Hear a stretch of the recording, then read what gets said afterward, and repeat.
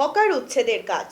গতকাল মুখ্যমন্ত্রী মমতা বন্দ্যোপাধ্যায়ের নির্দেশের পর আমরা দেখেছি একের পর এক দোকান যা কিনা সরকারি জায়গায় রমরমিয়ে চলছিল বছরের পর বছর, সেই সমস্ত দোকানগুলিকে উচ্ছেদের কথা সরাসরি জানানো হয় পুলিশের তরফ থেকে এবং সেই মতোই কাল উচ্ছেদের ঘটনা আমরা দেখেছি এবং সেই মতোই আজকেও দেখা গেল একই ঘটনা। আজও মুখ্যমন্ত্রী মমতা বন্দ্যোপাধ্যায়ের নির্দেশে নিউ মার্কেট থানার সমস্ত পুলিশ আধিকারিকদের দেখা গেল একের পর এক দোকান উচ্ছেদ করতে, যা কিনা বছরের পর বছর ধরে রয়েছে সরকারি জায়গায়।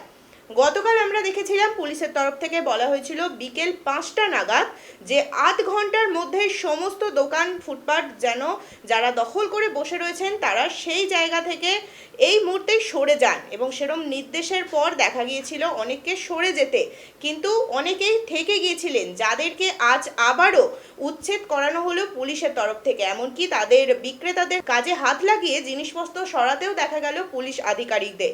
এরপর থানার গাড়িতে করে তাদেরকে তুলে নিয়ে যাওয়া হলো। শুধু ফুটপাত নয়, এমনকি ফুটপাত চত্বরে যে সমস্ত খাবারের দোকান রয়েছে সেই সমস্ত খাবারের দোকানগুলোকেও বন্ধ করে দেওয়া হলো রীতিমতো। এ নিয়ে আবারও জল্পনা উঠছে স্বাভাবিকভাবেই, কারণ এই ঘটনার পরই মুখ্যমন্ত্রী মমতা বন্দ্যোপাধ্যায়ের উপর সরাসরি ক্ষোভ প্রকাশ করেছেন দোকানিদের একাংশ। তারা সরাসরি প্রশ্ন তুলেছেন, নানান প্রশ্ন তুলছেন, যেমন 15 থেকে 20 বছর ধরে লাইসেন্স থাকা সত্ত্বেও কেন হঠাৎ করে তাদেরকে সেই জায়গা থেকে উঠে যেতে বলা হচ্ছে। এমনকি বলা হচ্ছে যে কলকাতা কর্পোরেশনের তরফ থেকে তাদেরকে এর আগেও ফুটপাতের উপরেই চিহ্নিত করে দেওয়া হয়েছিল, তারপরেও কেন তাদেরকে সেই জায়গা থেকে সরে যেতে বলা হচ্ছে। এমত অবস্থায় তারা এখন কোথায় যাবে, কিভাবে চলবে, এই সমস্ত বিষয় নিয়েই তারা সরাসরি ক্ষোভ প্রকাশ করেছেন মুখ্যমন্ত্রী মমতা বন্দ্যোপাধ্যায়ের উপর। কারণ মুখ্যমন্ত্রী মমতা বন্দ্যোপাধ্যায়ের নির্দেশেই এমনটা করা হচ্ছে। যেহেতু মুখ্যমন্ত্রীর নির্দেশেই এমনটা করা হচ্ছে, তাই স্বাভাবিকভাবেই তার প্রতি ক্ষোভ প্রকাশ করেছেন দোকানিরা।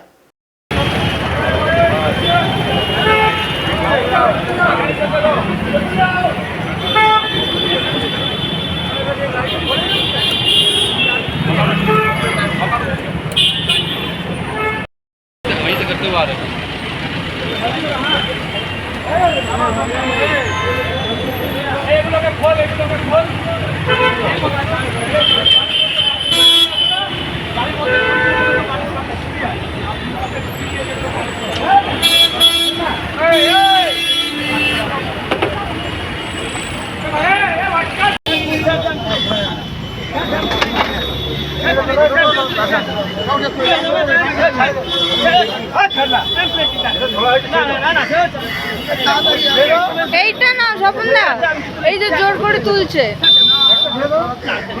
ঘুরিয়ে করে, এটা তো লিতে হয়ে যাচ্ছে।